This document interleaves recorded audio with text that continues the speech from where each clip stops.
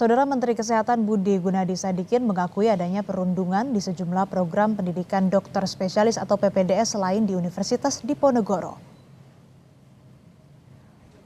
Menurut Menkes, perundungan salah satunya dilakukan dalam bentuk instruksi bekerja hingga malam atau melebihi jam kerja. Ia membantah jika penugasan hingga malam diberlakukan karena kurangnya tenaga kesehatan. Budi Gunadi Sadikin juga mengaku akan menerbitkan aturan untuk mencegah adanya hal serupa terjadi. Bullying PPDS itu nomor 1, PPDS-nya diminta klien seniornya. Yang kelima, keempat adalah memang mereka harus kerjanya sampai malam. Jam malam bukan hanya gara-gara kurang tetapi karena memang mereka disuruh untuk kerja sampai malam. Itu sekarang kita mau aturnya supaya. Kemenkes bersama kepolisian terus melakukan penyelidikan untuk mengungkap kasus perundungan di program pendidikan profesi dokter spesialis atau PPDS di Undip dan kampus lainnya. Sepertinya kita ketahui bersama bahwa sebelumnya ada 1 orang dokter yang menempuh PPDS meninggal dunia diduga karena dipicu bullying. Lalu bagaimana dengan kebijakan Kemenkes atasi kasus perundungan ini? Pagi ini kita akan membahasnya dengan Kepala Biro Komunikasi dan Pelayanan Masyarakat Kemenkes RI, Dr. Siti Nadia Tarbizi. Selamat pagi Bu Nadia, apa kabar? Kabar baik, salam sehat, Astri. Ya Bu, terkait dengan investigasi kasus dugaan perundungan ini, bagaimana perkembangannya? Betul ada pemalakan dan Menkes apakah sudah mengantongi data-data terkait hal ini? Iya, dari sejak kurang lebih 2 minggu yang lalu ya, sejak tim Inspektorat Jenderal melakukan investigasi untuk mencari apakah ada perundungan yang dialami oleh almarhumah sebelumnya yang juga mungkin berpotensi terhadap keinginan untuk kemudian mengakhiri ataupun kejadian yang kita ketahui bersama menyebabkan kematian almarhumah. Jadi kita sudah ada beberapa yang ditemukan oleh tim investigasi seperti misalnya adanya permintaan uang di luar biaya pendidikan resmi yang sempat dikatakan itu antara 20 sampai 40 juta per bulan, walaupun memang ini masih simpang siur ya, ada yang menyatakan ini hanya 6 bulan, tapi ada juga yang menyatakan ini setiap tahunnya nanti sesuai dengan kenaikan tingkat akan terjadi pengurangan.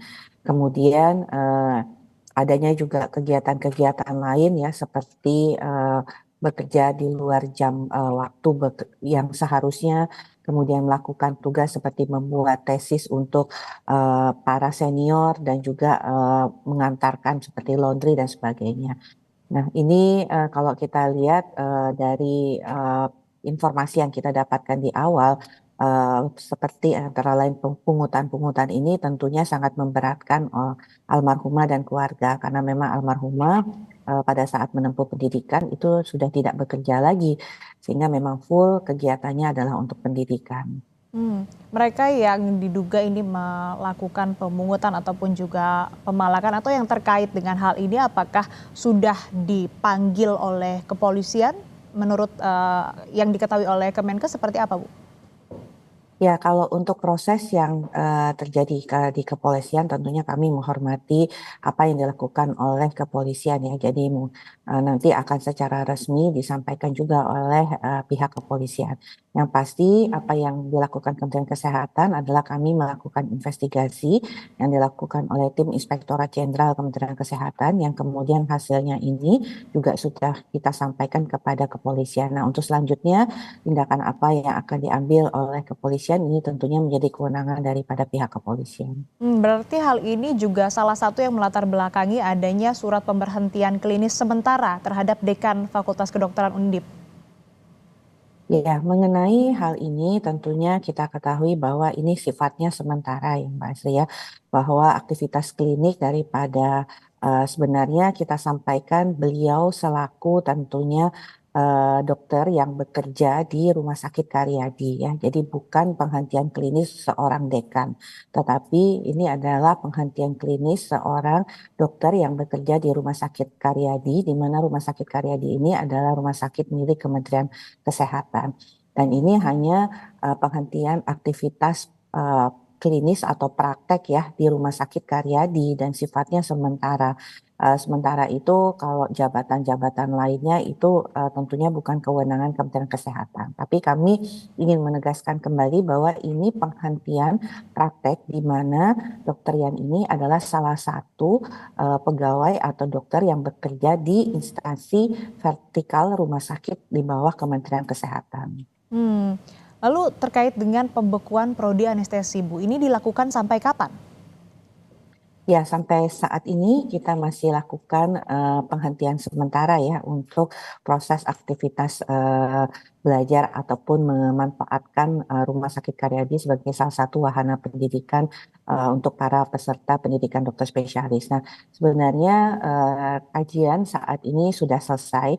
Kita sedang berkoordinasi dengan pihak kepolisian karena tentunya apa yang ditemukan oleh tim investigasi Inspektorat Jenderal Kementerian Kesehatan, kita berharap nanti kita bisa sampaikan secara bersama dengan kepolisian ya, supaya tentunya nanti bisa diselesaikan dengan cepat permasalahan ini.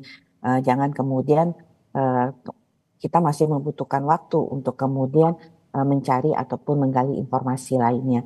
Nah, sampai saat ini tentunya masih dalam proses penghentian ya, Pak Setia, tapi nanti kita segera lakukan evaluasi apakah memang kita perlu untuk melakukan kembali, karena ini kan masih ada proses dari pihak kepolisian untuk menginvestigasi ataupun juga menilai kondisi yang terjadi terkait perundungan di Rumah Sakit Karyadi ini.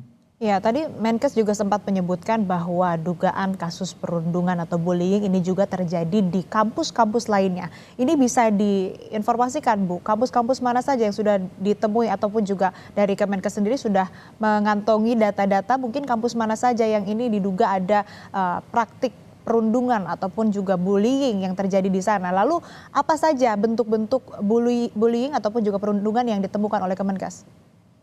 Ya, kalau kita lihat sejak kita membuka kanal pengaduan terkait perundungan, sudah ada 356 kasus pengaduan yang terkait perundungan yang sudah kita verifikasi yang masuk ke kanal pengaduan ini, di mana 220-nya itu adalah terkait betul-betul terjadi di Rumah Sakit Vertikal Kementerian Kesehatan, di mana Rumah Sakit Vertikal Kementerian Kesehatan ini adalah merupakan salah satu wahana pendidikan bagi dokter spesialis ya. Kalau kita lihat hampir semua rumah sakit vertikal yang menjadi wahana pendidikan ini sudah dilaporkan bahwa ada peserta pendidikan dokter spesialis yang kemudian mengalami perundungan ya, seperti itu. Nah, jadi kalau kita lihat mulai dari Rumah Sakit Hasan Sadikin ya, kemudian kita tahu Rumah Sakit Karyadi, kemudian juga kita tahu di Manado juga ada, kemudian di Makassar juga sudah dilaporkan, kemudian di Medan dan juga di Padang juga sudah dilaporkan, bahkan juga di Palembang juga dilaporkan. Ini sedang tentunya kami tindak lanjuti ya mengenai hal ini, bahwa ada beberapa hal yang tentunya masih harus didalami. Tapi kami juga sudah memberikan setidaknya tindakan ya kalau kita lihat mengenai perundungan ini. Nah, dari laporan yang masuk ke dalam kanal perundungan ini kita lihat sebenarnya laporan perundungan yang kita dapatkan itu umumnya yang terbanyak adalah nonverbal dan juga adalah non fisik ya. Jadi seperti pengeluaran biaya di luar dari biaya pendidikan, kemudian jam kerja yang melebihi dari jam kerja seharusnya, dan lainnya itu bentuknya walaupun kecil adalah perundungan dalam bentuk verbal ya, dengan memanggil dengan istilah-istilah ataupun juga dengan sebutan-sebutan yang tidak seharusnya. Ya, Bu, artinya kan ini terjadi di beberapa universitas atau kampus-kampus ternama di beberapa kota begitu ya, Bu. Lalu ini artinya harus ada pengawasan yang dilakukan oleh Kemenkes. Selanjutnya apa yang akan dilakukan terutama pada kampus-kampus yang sudah terdeteksi ini ada kasus bullying atau perundungan di sana selain dari Universitas Diponegoro? Ya, tentunya yang mungkin sudah kita pahami bersama ya, yang sudah diambil oleh tindakan dan tentunya sudah didukung oleh sivitas akademika dari Universitas Padjadjaran adalah beberapa yang kita ketahui terkait hukuman yang diberikan oleh Fakultas Kedokteran Universitas Padjadjaran ya. Kemudian itu selain itu juga kita ada beberapa tindakan yang sudah kita sampaikan juga bahwa sudah ada teguran atau sanksi administratif juga pengembalian peserta pendidikan dokter spesialis ini kepada Fakultas Kedokterannya. Nah, tindakan-tindakan untuk terus melakukan investigasi terhadap berbagai aduan-aduan yang masuk ke kanal pengaduan perundungan tersebut yang kemudian juga ditindaklanjuti dengan investigasi yang nanti akan kita bisa tentukan sanksi seperti apa yang akan diberikan mulai dari ringan, sedang, berat ya, dan itu juga berlaku untuk tenaga pendidik, pegawai-pegawai lainnya yang terkait, kemudian pimpinan rumah sakit dan juga si peserta didik yang melakukan perundungan. Nah, tindakan tegas ini kan tentunya akan memberikan atau sanksi ini akan memberikan kepercayaan terutama untuk mereka yang mengalami perundungan untuk melaporkan kejadian ini karena memang perundungan ini tidak mudah kalau kemudian kita tidak mendapatkan informasi terkait kejadian ini. Yang kedua adalah kita akan berkolaborasi dan memperkuat ya tentunya bersama dengan Fakultas Kedokteran atau universitas terkait untuk memastikan bagaimana kita menghilangkan kejadian perundungan yang terutama terjadi di rumah sakit vertikal milik Kementerian Kesehatan. Mengapa kemudian Kementerian Kesehatan mengambil langkah proaktif? Karena kejadian perundungan ini terjadi pada saat pasar peserta pendidikan dokter spesialis ini melakukan pendidikannya di rumah sakit vertikal Kementerian Kesehatan. Jadi kita merasa bertanggung jawab, jangan sampai kemudian terjadi hal-hal yang tentunya terkait perundungan ini terjadi di instansi milik Kementerian Kesehatan. Oleh karena itu, langkah-langkah ketegasan ya, bukan hanya tadi yang melakukan perundungan ataupun tenaga pendidik yang terkait, bahkan pimpinan rumah sakit itu harus membuat suatu lingkungan yang memastikan tidak sampai terjadinya perundungan. Ataupun kalaupun ada perundungan, itu harus segera turun tangan untuk melakukan pencegahan. Oke Bu, artinya untuk menghadapi kasus bullying ataupun juga dugaan perundungan yang terjadi, mulai dari sanksi yang diterapkan, investigasi, juga kolaborasi dengan universitas-universitas yang menerapkan PPDS ataupun juga mengadakan program spesialis begitu ya. Itu untuk mitigasi dan juga untuk treatmentnya untuk pelaku begitu ya. Lalu untuk korban ini bagaimana cara mereka untuk bisa speak up dan juga mendapat jaminan bahwa mereka ini nantinya menempuh pendidikan spesialis ini bisa tanpa perundungan atau tanpa bullying? Ya, yang pasti identitas dari yang mengalami perundungan harus dipastikan untuk terjamin ya, supaya nanti pada saat melakukan pendidikan itu tentunya tidak ada oknum-oknum ya yang kemudian akan memperkeruh suasana. Jadi ini yang betul-betul harus kita lakukan. Nah, yang kedua adalah kita pernah melakukan suatu survei kesehatan mental bagi peserta pendidikan dokter spesialis yang secara cepat kita lakukan ya di bulan Juli. Dan pada saat itu kita men-screening kurang lebih 12.100 peserta pendidikan dokter spesialis. Jadi kurang lebih ini kalau lihat datanya 94% dari peserta pendidikan dokter spesialis yang sudah kita lakukan screening kesehatan jiwa. Itu sekitar bulan Maret 2024. Dan memang kalau kita lihat hampir dari screening cepat ini 41%-nya itu mengalami depresi yang minimal. Ya, ada gejala depresi tapi minimal. Kalau yang ringan itu kurang lebih 16%. Nah, kita juga mendeteksi sebenarnya Mbak yang dengan gejala depresi berat atau yang punya keinginan bunuh diri atau melukai dirinya sendiri itu sebanyak 0,6%, artinya 75 orang. Nah, dari hasil screening inilah tentunya kita bisa tindak lanjuti untuk mengambil langkah-langkah termasuk melakukan konseling ya, mulai dari yang depresi ringan sampai dengan yang mengalami tadi depresi berat. Dan tentunya ini kita berharap kerjasama dan dukungan dari Fakultas Kedokteran yang terkait karena mereka ini kan menempuh pendidikan berdasarkan tentunya sekolah ataupun universitas di mana fakultas kedokteran yang menaunginya.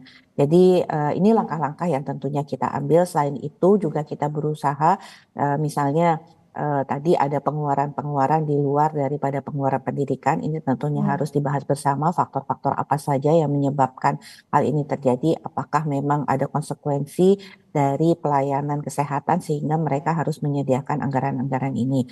Kedua, misalnya tugas-tugas yang melebihi dari jam kerja, ini pengaturan untuk peserta pendidikan dokter spesialis mengenai jam kerja, mengenai jam pelayanan dan sebagainya harus dibicarakan antara rumah sakit tempat di mana wahana pendidikan itu terjadi dengan fakultas kedokteran. Karena selama ini kan tidak ada